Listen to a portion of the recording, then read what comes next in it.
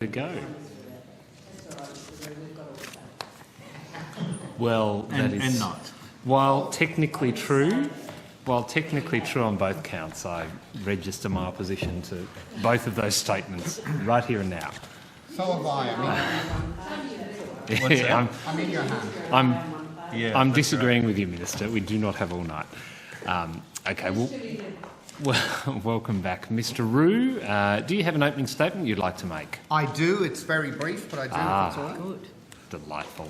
We like brief ones. Fire away. You ready to go? We are indeed. Thank you very much. I've got with me today Peter Ryan, our Chief Network Engineering Officer. And as I said, I will be very brief. But it would be remiss of me not to point out that today is the day that NBN reaches a significant milestone in its history, because today is NBN's 10th birthday. It was on this very day, the 9th of April in 2009, that NBN was officially established as a company. And there are not many companies that have grown so quickly and achieved so much in just one decade. I know I update you on these figures each time we meet, but I'm very proud of our progress. In the coming weeks, we are rapidly closing in on 9 million premises ready to connect.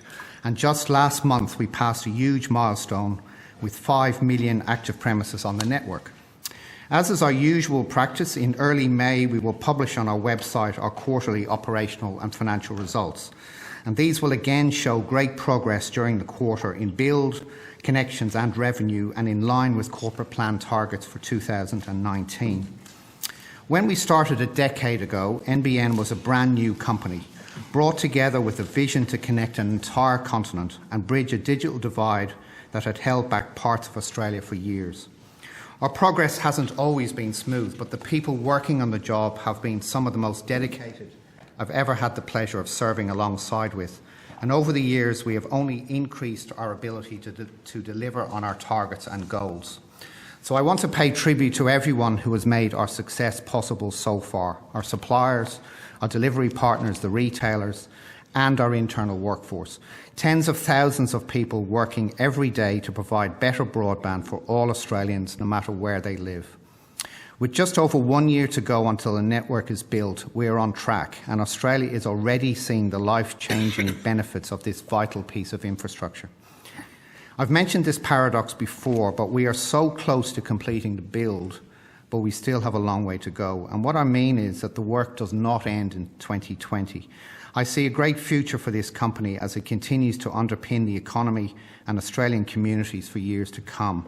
I have no doubt that broadband infrastructure and an uplift in digital capability will, amongst other things, lead to an improvement in healthcare and education, help keep regional Australia vibrant, see the creation of new jobs and drive small business.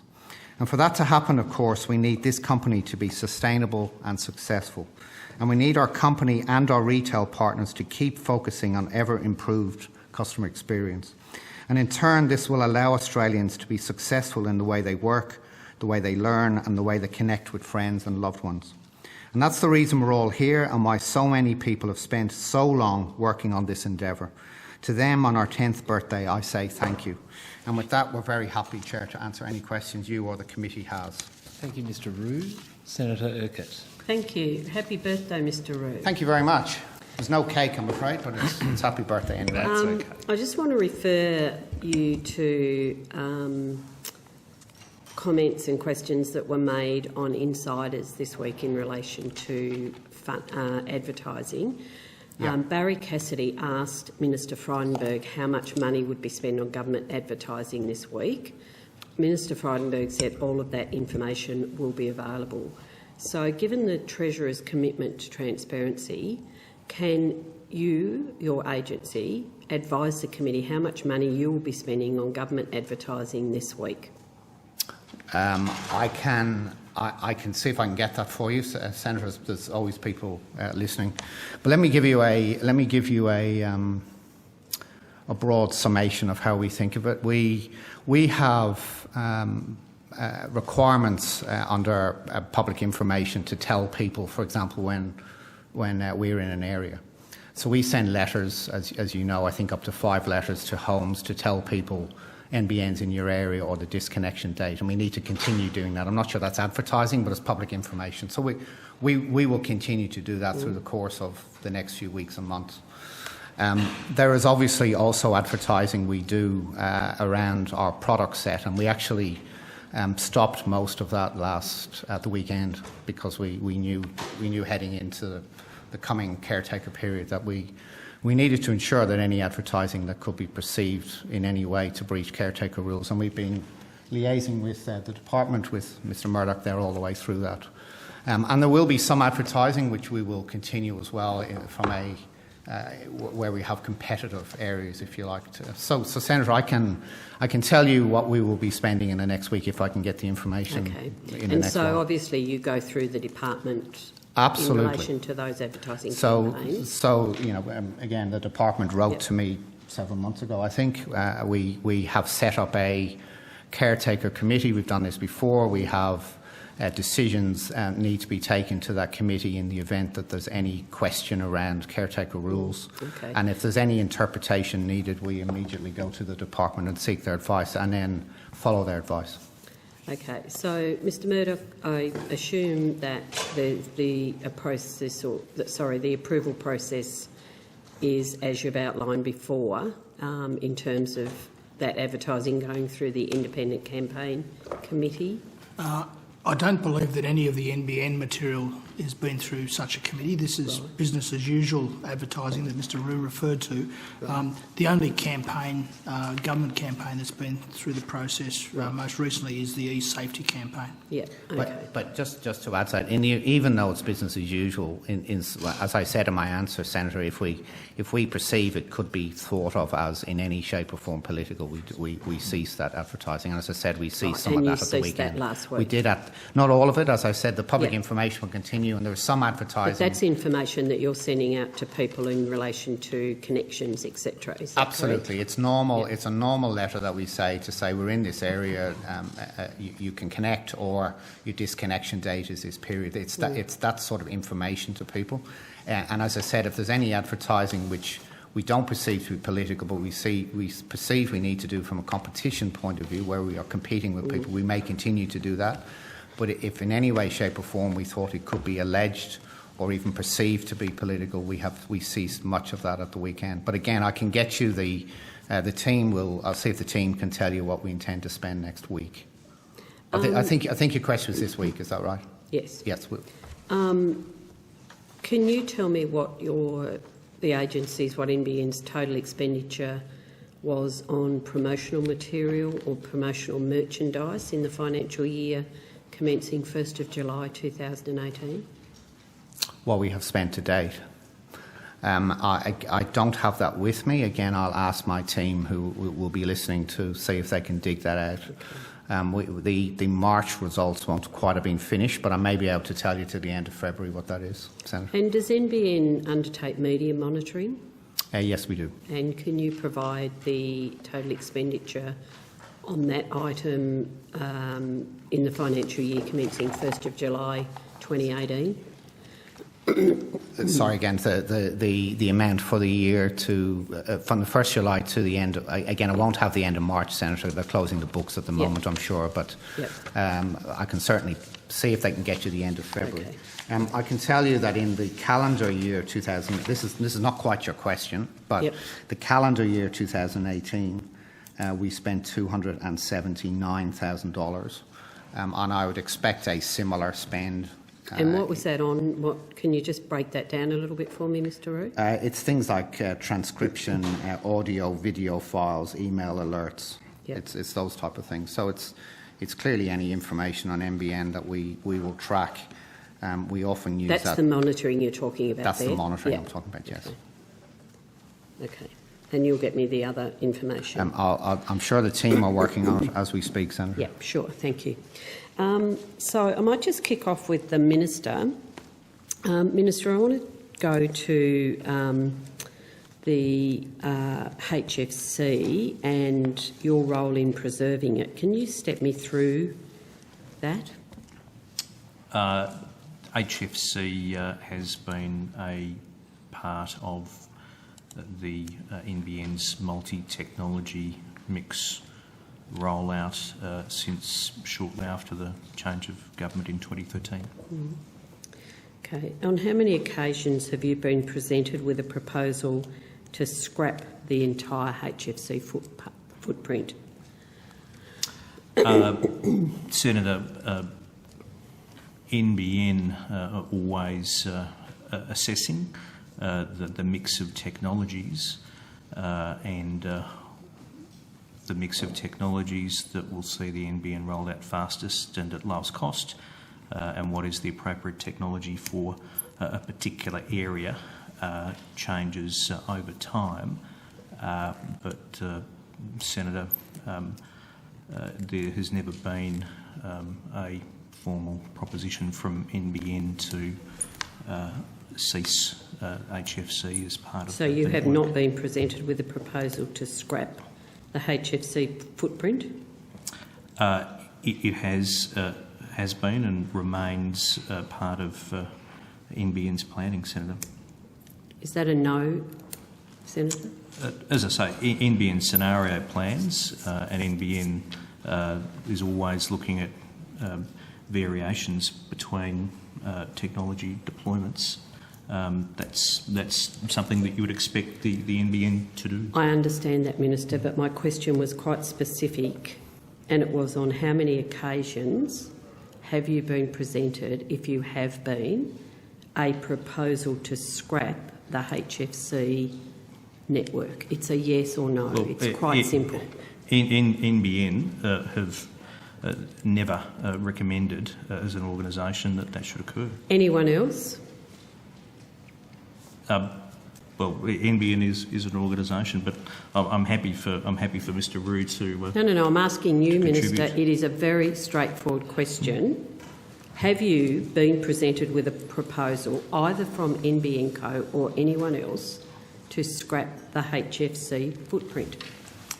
Senator, as I said, NBN over time does scenario planning as to what should be the appropriate rollout of technology in particular areas within the funding envelope that NBN has.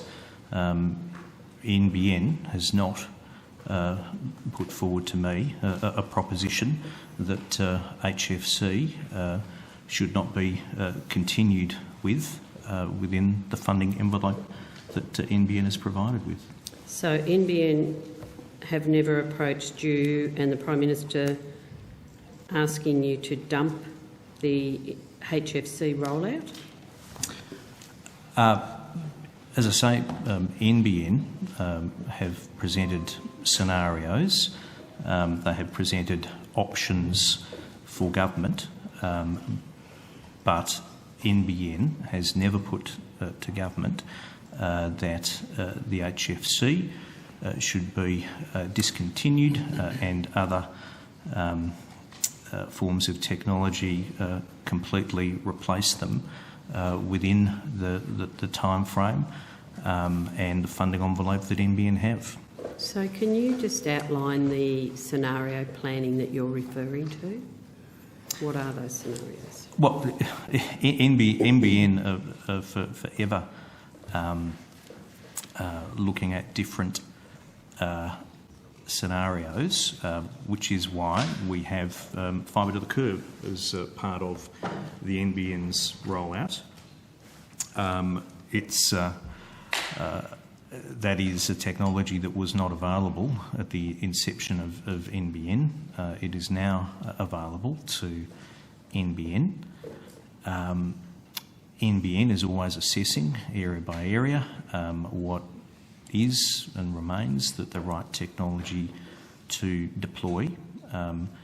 NBN have certainly, I guess, done what might be described as blue sky scenario planning, but NBN have never put to me within the mandate that they have of completing the NBN within the funding envelope and the government's objective of the NBN being completed by 2020. They have never put to me in that context that HFC should be discontinued and other technologies taking its place. The government has always been very clear to NBN that we want the organisation to continue to work to conclude the rollout by 2020, and that we want NBN to deliver the project within the funding envelope, within the peak funding range, which was first articulated in August 2015. So that's the basis upon which we've been progressing. That's the basis upon which NBN has been progressing. So you're quite sure, Minister, that the NBN board has never approached you and the Prime Minister or the Prime Minister asking to dump the entire HFC rollout? Look, Senator, NBN does examination of a range of different scenarios. And NBN, as you would expect, presents a range of different options from time to time to government. But let me be absolutely clear that we have always indicated to NBN that we expect the build to be finished by 2020, that we expect it to be done within the funding envelope, and NBN has not put forward within those parameters that we have that the HFC should be discontinued and replaced with something else. So one of the scenarios that you talked about was that to replace the HFC rollout with FTTC? You talked about a number of scenarios. Was one of them that? Well, Senator, NBN doesn't approach things on the basis of swapping out, one particular technology with another type of technology. But you talked about a number of scenarios. It's always on the basis that in certain circumstances it might make sense to have another technology where that is appropriate, where it's cost effective, where it assists the organisation to complete the build as quickly as possible. So that's something that NBN has done on an ongoing basis. So did you insist on keeping HFC because you didn't want to compromise that date? You keep referring to the 2020 date? I kept referring to that date because the government has been very clear that we want the NBN to be completed as soon as possible and within the funding envelope. So 2020 is the time frame to which we've together been working, and the funding envelope has been that which the organisation has been working to. Is HFC cost effective? NBN uses the technologies that are most cost effective in a given area to see the rollout conclude as soon as possible and at lowest cost. So that's a yes, Minister? Well, NBN deploys those technologies which make sense in a given area. Can you tell me what representations did the board make to you or to the Prime Minister on the HFC network? I'm not aware of any representations from the board. What about from people within NBN, either informal or formal? Senator, the contact which the government has is primarily with the management, but I don't recall any representations from the board. So you've had no representations from either the board or NBN Co about the HFC network? Well, Senator, I've already said that NBN does a range of scenario planning. They do blue sky options from time to time because they're a technology company. That's what they do. Do you consider the HFC network to be fit for purpose? It is, Senator, fit for purpose. Obviously, there was the pause on NBN HFC to ensure that rather than remediating after someone had connected, that work occurred before they were connected, and there have been great advancements in the consumer experience on HFC. Can you tell me what representations did NBN co-management make to you or the Prime Minister on the HFC network? Look, Senator, I've answered that question several times. Do you still consider the multi-technology mix to be the envy of the world? Senator, multi-technology mix is what is done in the US, in Europe. They use a range of different technologies. It's essentially only in vertical city-states where there are the population densities that really make fibre to the premise in all circumstances or most circumstances cost effective. The US, just as an example, is a big user of the HFC pay TV cable in delivering broadband. Minister, did the Turnbull government also reject a proposal from the NBN Co board to dump large parts of the copper network as well? Senator, again, NBN does a lot of scenario planning. NBN comes forward with a range of ideas all the time. So I can't really add to that, other than to say that our clear starting premise with NBN has been operating within the funding envelope and achieving the rollout by 2020. What NBN does within that funding envelope, we are completely agnostic on. So if NBN can deliver the network by 2020 and within the funding envelope, the government is really quite agnostic as to what NBN does in a technology sense, and that's been the message that has been conveyed to NBN. So there hasn't been a case where NBN have been constrained within those parameters. Minister, you talked about blue sky scenario planning. What is that? Well, it's exactly what I said. Well, what is it? Explain it to me. Well, Not sure that I understand. Well, I can't add to the words that I've used, Senator. So you've used blue sky scenario planning, but you can't tell me what that is? Well, I answer questions. I use words which are commonly understood. I can't go beyond that. Blue sky.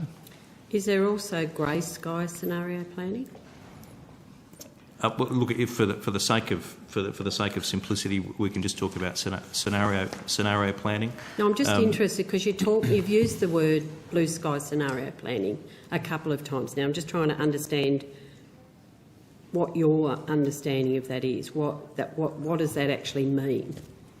It means that NBN, as a technology company, is always looking at options and alternatives and what the future might hold. Okay.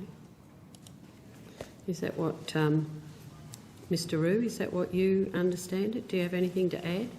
Do you consider the HFC network to be fit for purpose? Senator, the HFC networks are used all around the world. The advantage of the network is there is groups like Cable Labs who continue to invest in with their partners in advancement in the network. The network operates well in multiple countries all around the world. And you have the advantage of continuing to put capacity into the network as and when it is needed. Certainly the HFC network for us is operating well and will operate even better in the future. So it's fit for purpose in Australia? It is fit for purpose, yes. Okay. So recent questions on notice indicated the take-up rate of FTTN was 72% after the switchover period. Is that correct? It may even be slightly higher than that.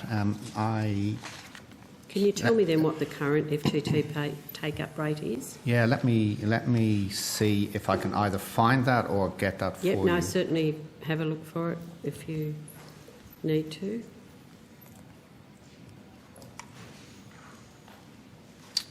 I might be quicker if I ask the Here's team, Senator, to... Here's somebody with some information over your shoulder, Mr. Roux. There was. No, he's disappeared, Senator. He's disappeared gone to again, check back it. down the rabbit hole. Okay, It's certain, Senator, it will be between 73 and 75, I believe. But let me just confirm that rather than... So that's the current take-up rate I believe on so, FTTP. but I need to go to areas that are past the disconnection sorry, date. you said around 73 to 75. I believe so. But you'll double-check But let that. me double-check. Here we that, are. Senator. Yeah, we said... Yeah, currently 72.03. 72.03. So 72% is correct. I have though seen, it does depend on the areas. There are many areas that are more than that. Right. And we And still, how do you we usually still measure that? Sorry, Is we it still continue to see people connect Right. even after the 18 months. So hence my 73 might have been a projection, Senator, but certainly it's around the number you talked about. Sorry. It's around the 72. So Yes, it is. when you said some areas might be higher than that, how do you measure it? Is it an average of... No, we look at specific areas that are past the disconnection date. So, particular what we call a service area module or SAM, Right. which is call it 2,500 homes, and we measure each of those areas post the disconnection So date. why does it actually then depend on the area? What's the difference there? It depends upon, there's differences sometimes between urban, regional, there's differences if there's a lot of multi-dwelling units, for example, which has an impact upon people's take-up rates. Hence my comment, I think, in the previous Senate around looking at how we can increase penetration into where there's maybe where people are transient, for example. So it really depends upon the area, Senator, but on average, as you can see, it's around 72, and I believe it will continue to grow slightly. Yep, okay. Is NBN Co confident that it can refinance $21.4 billion of debt at 3.96%? Well, so there's two tranches of that, if you will. There's the 2 billion extra.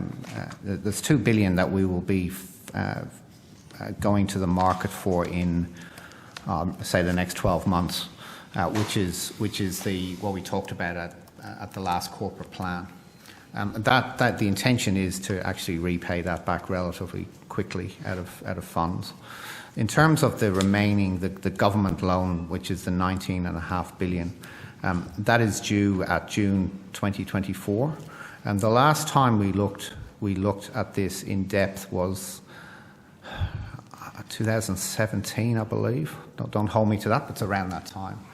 Which you recall we looked at some indicative credit ratings we would do, and we looked at how we would refinance. It wasn't at that stage refinance, how we would actually raise the money at that time. And certainly when we looked at this in 2017, we had confidence from both the rating agencies and from advice we'd had from several investment banks that funding would be available to the company. So that exercise we will redo in coming years as it gets closer to 2024. Certainly, as time has gone on, the build at the time of looking at it in 2017, the build had not been wasn't anywhere near advanced where it is today. By the time we get to 2024, we will be clear around our revenue streams. We will have built the network. And certainly at that time, there was more information to go to the market, Senator. Okay. So you're comfortable, you can vouch for that? It's the assumption in the corporate plan. There was another part of your question, sorry, I hadn't quite answered, and that was the 3.96%. Yeah. The actual interest rate will depend upon market conditions at the time. As I've been asked this before, and I've said I wish I could answer that with certainty, because then I could make a lot of money on the interest rate markets. I don't know what interest rates are going to be in 2024.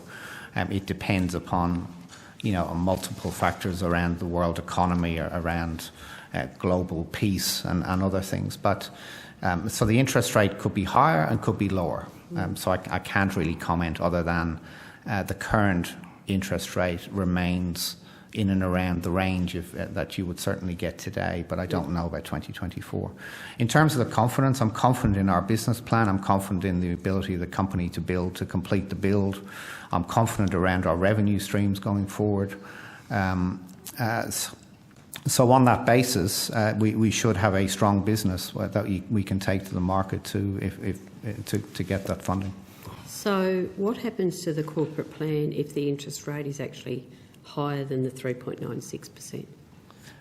Well, clearly out in 2024, if the interest rate is higher, there would be slightly lower free cash in the company to either invest in further capital expenditure or to repay down loan or to provide dividends to government, whatever government wished.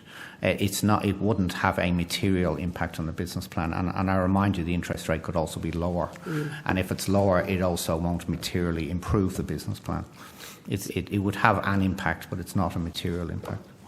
So just in terms of the assumption, did you have external advice to support the 3.96? It's nigh on impossible to get any reliable estimates upon what would be an interest rate in 2024. I mean, it's.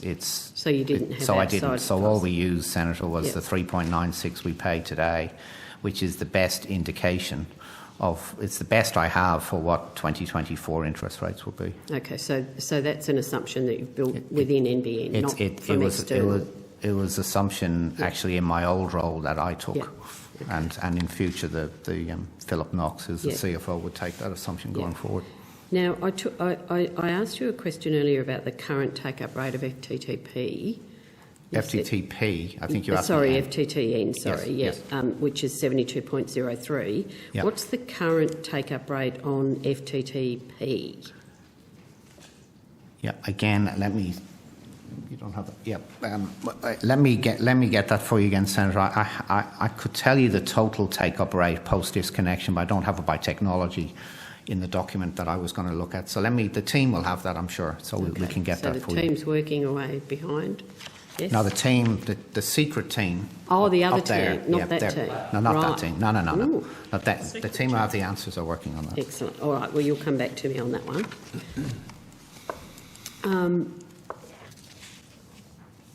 So you had it for FTTN. Why can't you give it to me for FTTP? Because I think it was a question on notice, and Chris was able to get me the answer on the question notice. If it wasn't a question notice, we'll have to go back to the team to seek it. That's the only reason. But you can get that. I can. I hope to get it in the time frame. Right. When we're here. How hard is it to get? It depends on the people in the room if they know where the information is. It's on Can a piece of you tell paper them? somewhere. Sorry. Do you want to tell them now, and I they'll think they're listening now. be able to They're look? listening. No, but if they know, if Mr. Rue tells them where to look. Oh, I wouldn't know. They'll know where to look. They'll know where to look better than I assure you. Okay. I've gone through his office. So I just want to talk about the fixed wireless congestion. Yes. So I note that the February NBN monthly dashboard report includes the following text. And it says the calculation, it's a note, the calculation of busy hour cell performance accounts for throughput at the radio interface, which is one segment of the fixed wireless access network, and does not account for impacts on throughput in other parts of the NBN fixed wireless network. NBN is working on introducing reporting on an additional network design measure to provide greater insight into factors affecting NBN fixed wireless network performance. Yeah. The text was not contained in previous reports. Yeah. What does it mean? So let me give you a simple explanation, and I'd like Mr. Ryan, if you wouldn't mind, to fill in some technical details. But in effect, congestion on a fixed wireless network can occur in several places. It can occur, as we've been reporting, on the cells. So if the cells require more capacity essentially put into them, or more cells. It can also occur in what's called a transmission network, which is where you effectively connect those cells back into the core of the fixed wireless network. And then it can occur in the transit network. Now, we report on the transit network in those metrics. We call them transparency metrics. And we've been reporting on the cells, the air interface, as you described there. But we hadn't been reporting on the transmission, any congestion in the transmission links. And as a result of that, we realised that we needed to enhance our reporting. Actually determining the impact is complicated, and which is why I'm going to ask Mr. Ryan to comment on it. But we think that we need to do two things, actually. The first thing we need to do, most importantly, is to eliminate that congestion for end users or for customers. And as Mr. Ryan will explain, we have a program on steroids to get that done very quickly. A program on what? On steroids, a fast program. Sorry, yeah. To get it, I'm sorry. Fast tracking, yes. That's the word. Yeah. Okay. To get it to, we've got a program to fast track that, and Mr. Ryan can tell you the progress we've made. But secondly, we realised that we need to enhance our reporting. But reporting it to make it understandable and accurate is complicated, and that's why we put that note in, Senators. Now, in terms of where we're up on the programme, maybe Peter, you could talk. Sure. Thanks, Stephen. So, as Stephen mentioned, we do monitor the congestion on the network at various points, and the backhaul transmission is what Stephen's referring to. Specifically in there, we measure a thing called packet loss, which is... Sorry, what is it called? Packet loss. Packet loss. Yeah, which is information is transmitted across the network in small packets of data, and as it moves through the transmission network, if it gets congested, then it reacts to that by dropping packets or losing packets, and therefore we measure a metric which is the ratio of the total number of packets attempting to get through versus the number that actually don't get through. And we watch that, and as it triggers through certain thresholds, we then trigger work to deploy more capacity to uplift the performance to make sure we don't get that congestion. It's something that we do as a regular basis. It's normal for any fixed wireless network. We have got a program running to do that, as Stephen just mentioned. We are moving more quickly at the moment to accelerate the completion of that work in order to remove the congestion on those fixed wireless links. Okay, thank you. So in that note, it talks about other parts of the NBN. What are the other parts of the fixed wireless network? And are they under the control of NBN Co? Well, as Stephen mentioned, we are monitoring congestion across all the parts. The bits that specifically referred to in that note was around the microwave and the fibre backhaul. The only other real part is where that traffic hits the transit and then back into the core network. So that would be the only other parts on top of the. So microwave and backhaul are what you're sort of referring to as other parts. No. In that. Yes. No. Yes. No. I'm just trying to record precisely what the note on the internet says, but okay. So I'll just read it again. So it says a calculation of busy hour cell performance accounts for throughput at the radio interface, which is one segment of the fixed wireless access network, and does not account for impacts on throughput in other parts of the NBN fixed wireless network. Yes. We're talking about the transmission. So you're talking about that I mentioned. Microwave backhaul. That's correct, as well as there are some fibre backhaul as well. Yep. Right. No, it's primarily microwave, isn't it? Yep. Okay. So are any of those parts under NBN's control? They're all under NBN. They're all of the microwave, the backhaul, all Yes. of those other parts that you're referring to there are all under the control of NBN? Yes. Yep, great. Thank you. So if the backhaul link is congested but not the wireless radio interface, that would still cause congestion for the end user, would it not? Well, if I just explain, as I mentioned before, the congestion on a microwave or fibre backhaul transmission link creates packet drops. Yes. And it impacts the end user, the customer, at an application level. Right. So therefore, the impact of congestion is very much dependent on what application the end user is using. So, for example, our user applications that are in need of very low latency, like gaming, or very high data throughput, would be impacted by packet drops, which they would see it as a slowing down of their speed. So why are they impacted more? Why are some applications impacted more than others? Some applications, take Netflix for example, are quite sophisticated in the codec that they have, which makes their applications able to cope with degrees of packet drop. Okay. So in other words, they've built into their capability to overcome any small variations in the quality of the transit network, the transport network. Yeah, okay. So is this type of congestion reflected in NBN reporting? Not the transparency metrics we see at the moment. So the transparency metrics we publish at the moment focuses on the congestion at the cell interface. And as we've noted, the comment we've put on there means that we are now working to improve our reporting to better reflect other parts of congestion in our network, and we're just working at the moment to get clear as to how we're going to report that in the future. So you don't report it at all. So you just said that it's not reported on your transparency metrics, but it's not reported anywhere else either? No, Senator, that's what I was saying. There's two things we're working on. The first and foremost is to clear off the cell congestion, and Peter's made good progress on that and will continue to. And the other then is to determine how best to report out in these metrics or elsewhere, or report so to Senate, whoever, Senator, to make sure that that's clear to everybody. So given that congestion then may have an impact on end users, and in some instances, depending on the application that they're using, there is no reporting at this present, but you're looking at that, is that correct? That is correct. Yeah, okay.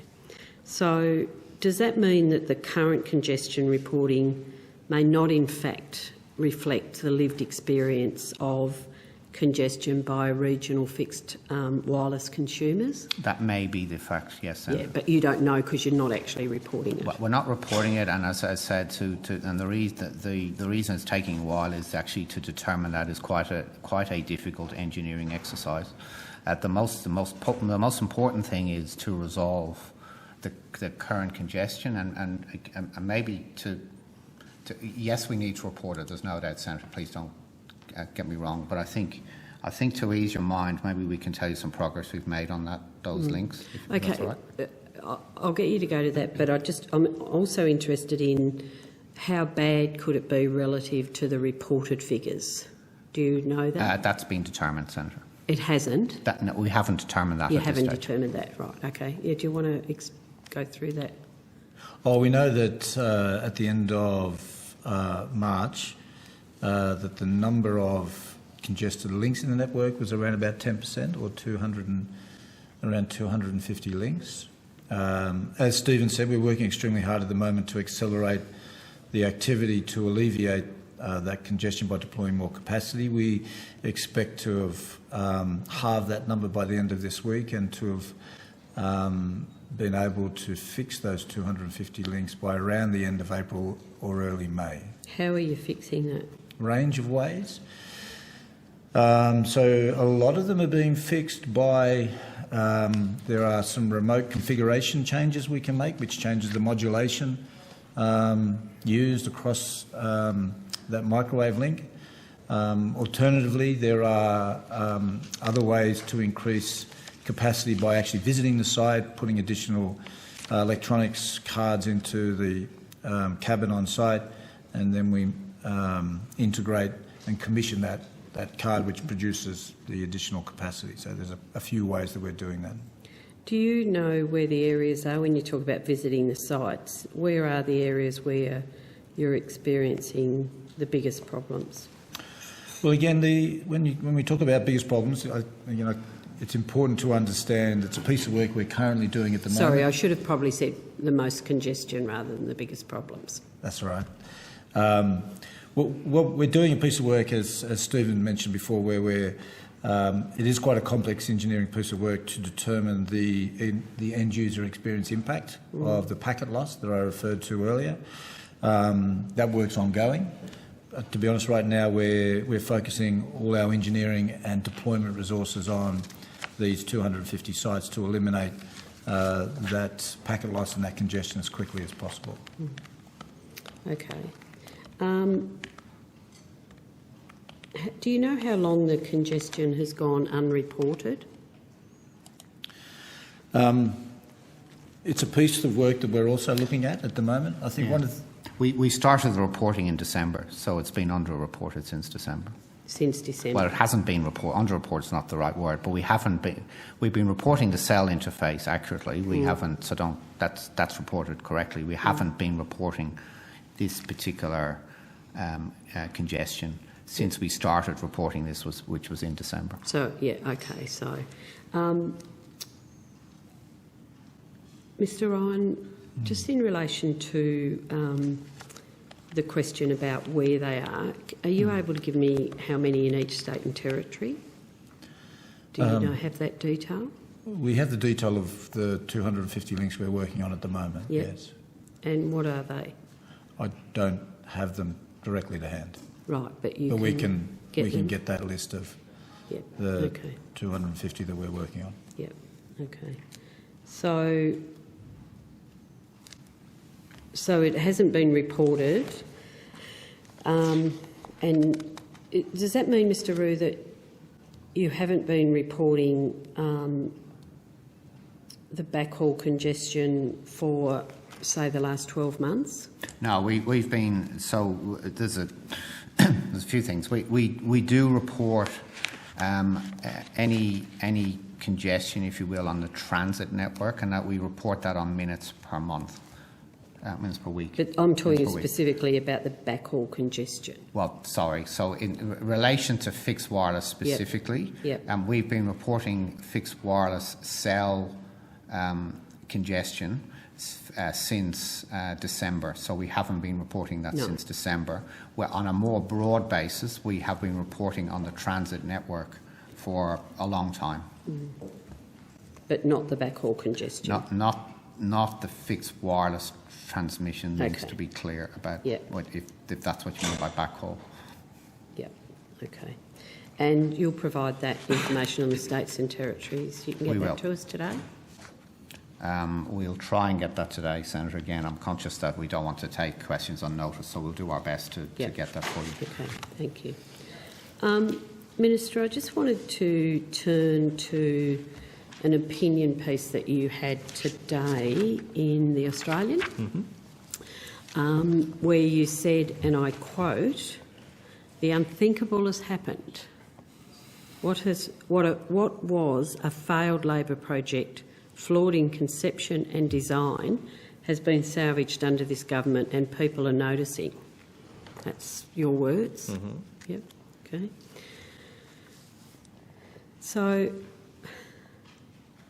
I think that's out of touch, and I'll ask you some questions around why, well, for you to tell me why you think that's not out of touch.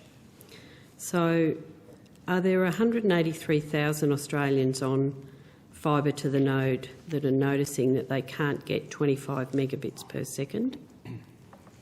Well, I'll ask... you can't answer it? It's your op-ed. There are many different ways of slicing and dicing this, and I think as colleagues would appreciate, there are people on the network who are not currently receiving the minimum mandated speeds because of coexistence, because of in-home wiring, but I'll ask Mr Roux to speak to the best data that NBN has. I'm sorry, Senator, I was trying to chase up some of your questions to see if we can... Okay, so have you seen the op-ed in today's... You probably wrote it, Mr Roux, did you? No, Mr Roux didn't. It was my two thumbs on my on my iPhone. So have you seen the Australian op-ed today, Mr Roux? The answer is yes, but I'm sorry, Minister, but I very, very briefly read it. Senator Eckert is referring to something that wasn't in the opinion piece. I'm sorry. What was your Okay, question? I've briefly scanned the my Australian. My question is really, it's really for the minister to answer. But if he wants to flick it off to you, then I guess that's his call. I mean, it's really a question for the minister of how out of touch is he? Which we're not asking Mr Roux to address but I'm happy for Mr Roux to... What was the question? What was the factual question you were asking about home wiring, Senator? Sorry, so I can help you. Are there 183,000 Australians on fibre to the node that are noticing that they can't get 25 megabits per second? Yes, I think we answered that in a question on notice to you, and I assume that number is correct. I know it's 180-something thousand. And there will be three reasons primarily for that, Senator. There will be some home wiring issues that people have, whereby, as I think I reported to the Senate or the Joint Standing Committee was one of them, that we are looking at a trial whereby by putting central splitters in that we can actually improve the experience of people in both speed and reliability at home. That has proven to be quite promising, and we'll be talking to retailers going forward around how to potentially work with homeowners to help resolve some issues where there's a big issue there. Secondly, there will be remediation work that needs to be done, and these are done really in several ways. We sometimes do proactive remediation, in other words, where we can see there may be a problem in the future, we go out and improve the copper or joints or other things. And then there's reactive work we do, and again they broadly fit in two parts. There are where we can see clusters, so in other words several homes together that may have an issue. That requires a different type of work than a single home, and that's where we can actually resolve issues from multiple homes, again through some copper mediation work. And then there will maybe some single homes where we also do reactive remediation work, and that could be simply an issue related just to that home.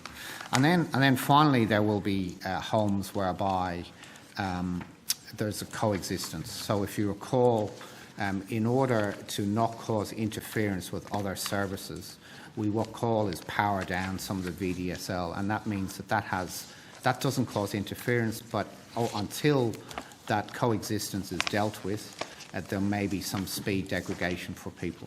And again, there is a program of work as we get through those areas past disconnection date.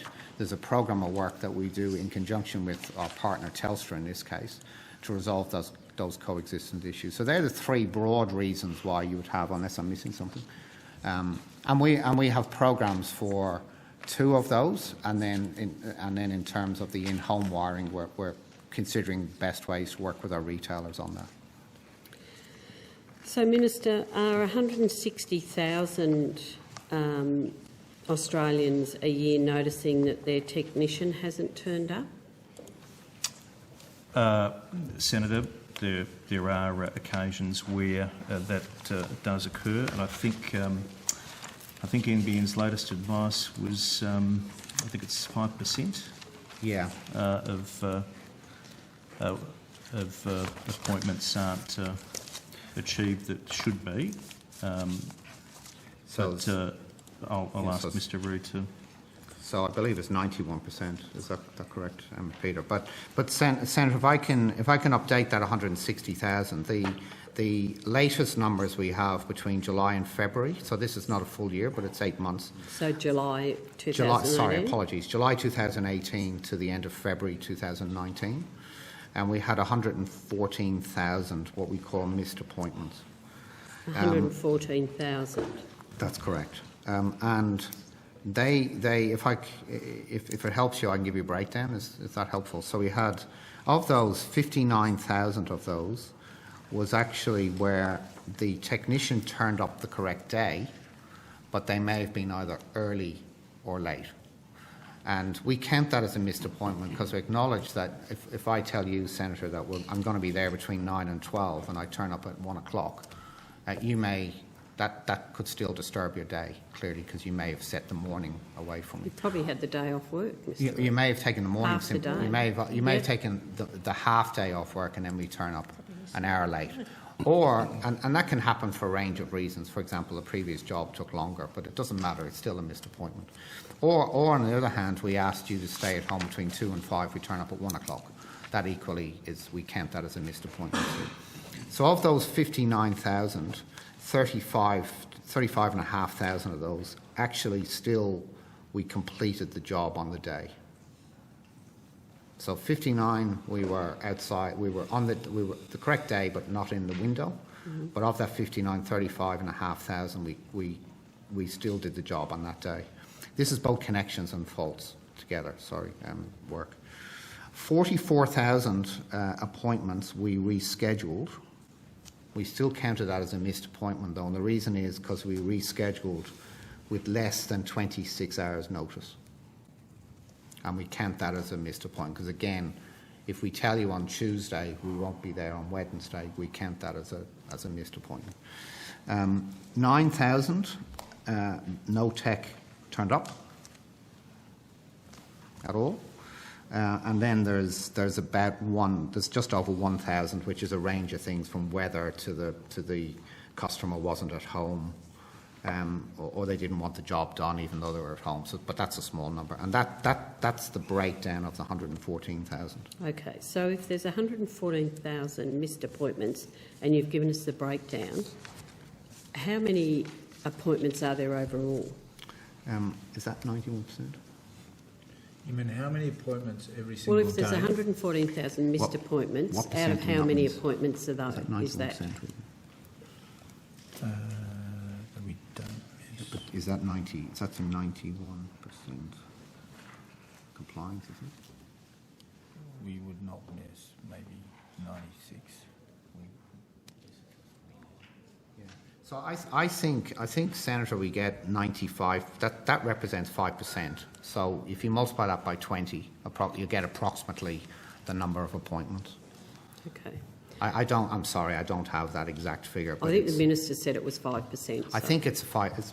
Actually, Mr. Ryan would be the best person. I thought it was closer to 4, but it's in that 4 to 5% range. Okay. So it's 4 to 5% we would have missed appointments. Okay. And so, again, if you want the total number, you multiply by approximately 20 to get the total number. So if there's 114,000 across that 8-month period, July 18 to February 19, if you then annualise that, that's 172,000 missed appointments. So it's getting worse? No, because it depends upon the number of appointments. So certainly as a network builds, the total, unfortunately, the total number of service faults required grows as well. And we've had a very high connection year. So you can't, yes, 170, if 172 is correct, 172 is greater than 160, that's true. But as a percentage, it's not getting worse.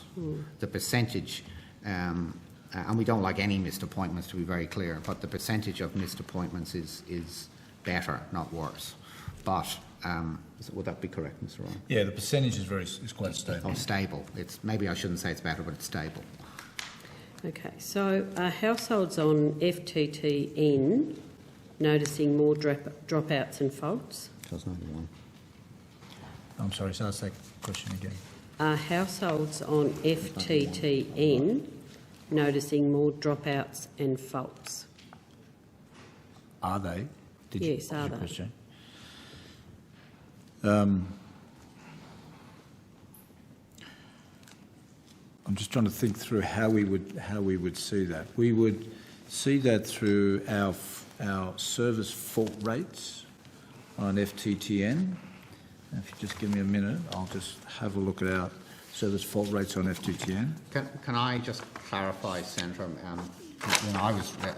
What I said previously is correct. It's 91% of appointments we're there for. So it is the 9% that I talked about miss. So I apologise for misleading you.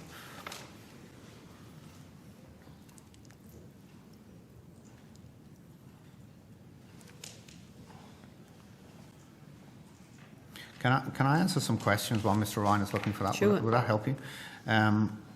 So the total media monitoring spent, you asked, Yep. from July to the end of February was $184,686.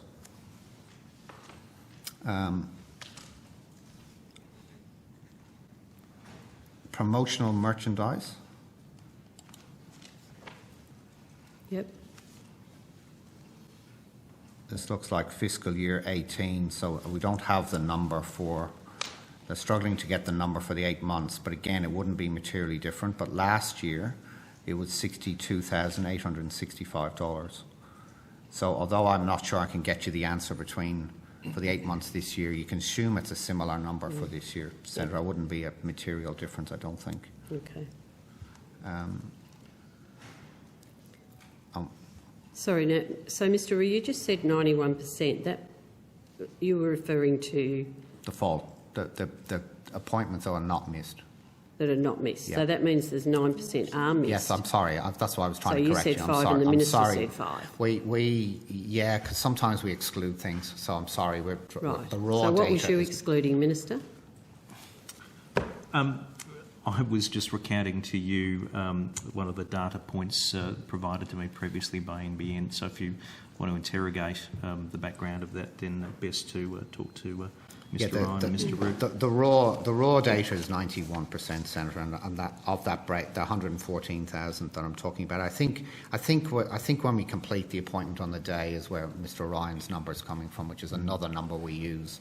But I'm being. So you have different it's a numbers, harsh, or sorry. you have different numbers? What? No, it just depends upon how you measure a metric, Senator. I'm giving you a raw detail which includes where, if we said we'd be there between 9 and 12 and we turned up at 1 and we still completed the job, I'm still counting that in my missed appointment number. If you exclude that on the basis that actually we did it that day, you'll get obviously a lower missed so it appointment. depends on how you measure. So it depends how, but the raw detail of what I told you is 91%. So when I said multiply by 20, that's not accurate either.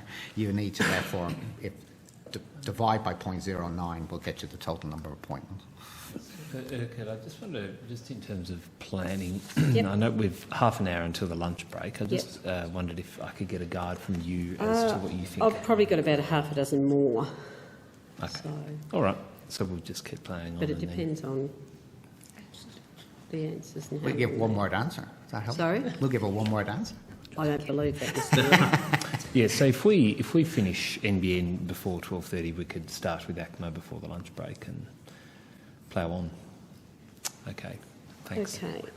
Are households on HFC noticing a less reliable service? Compared to... Other. So if we measure... Sorry, can I just clarify?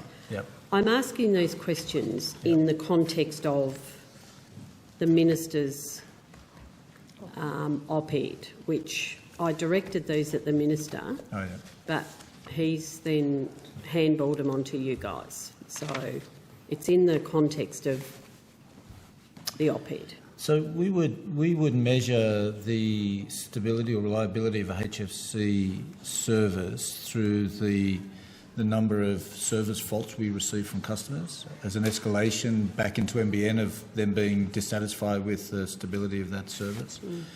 We then use a ratio of the number of those service escalations we get as a ratio of the total number of HFC customers that we have. And then we track that to see if that's trending up or down and how it compares, etc. What we've seen is that since we've paused HFC and put a program in place to remediate that network, the as-is network, before we start connecting customers, we've seen that improve, and we see it now to be quite stable on a week-on-week basis, which would suggest to me that we're not seeing a deterioration, I think, if I quote the word right, of the customer's view in terms of the stability of the network. Are households on FTTP noticing fewer dropouts and more reliable service? Again, we would interpret whether they are or are not through that same metric of the number of service faults we are receiving on a technology as a ratio of the total number of customers on that technology. And again, we're finding, in fact, across all our technologies, we find it a very, very consistent, stable number. So I would suggest, therefore, we're not seeing any variation in that. Okay. Minister, has your backbench noticed the multi-technology mix is $21.4 billion over budget and 4 years behind schedule? Well, that's not correct, Senator. Not correct? What, that your backbenchers haven't noticed it? No, the data points that you put forward are not correct. Do you think that Tasmanians noticed that no FTTC was being deployed?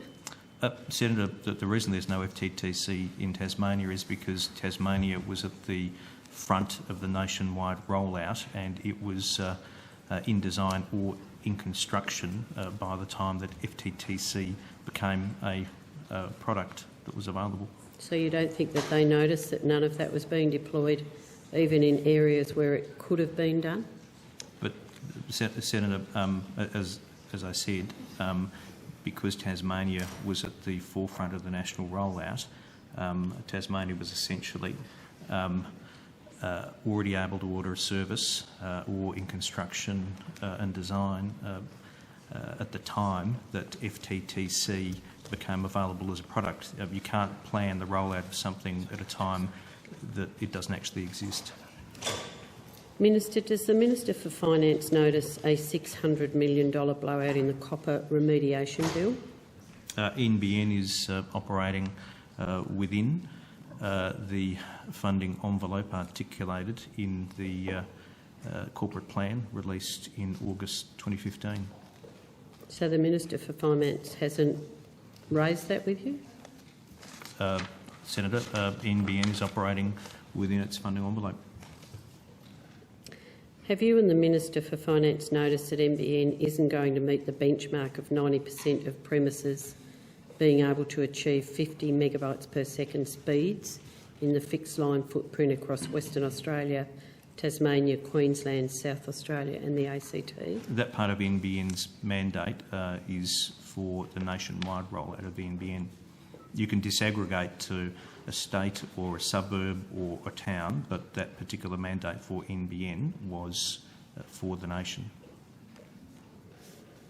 Have you walked into a pub or a cafe in a fibre to the node service community and repeated your assertion that you have salvaged the process and people are noticing? Senator, I do visit pubs on occasion. I think if you stood in a pub and you expounded upon any area of public policy, people would probably say, "Why don't you have another drink?" Senator, my reference in the opinion piece was to the fact that NBN, when the coalition came into office in 2013, was a failed project. That despite $6 billion having been spent over 4 years, only 51,000 premises had ordered a service, and that contractors had down tools in 4 states, that it was essentially a failed project. I was contrasting in the opinion piece that set of circumstances with the fact that today 99% of Australia is with the NBN in design, construction or able to order a service, that 92% of regional Australia is able to order a service, that 75% of the nation as a whole is able to order a service. That was the contrast I was making. And I did also, in the opinion piece to which you refer, say that none of this is to say that the rollout has been perfect. With a project seeking to do in 11 years what it took the PMG, Telecom and Telstra 70 years to do, there are always going to be issues, but we've learnt and made improvements. That's some additional context.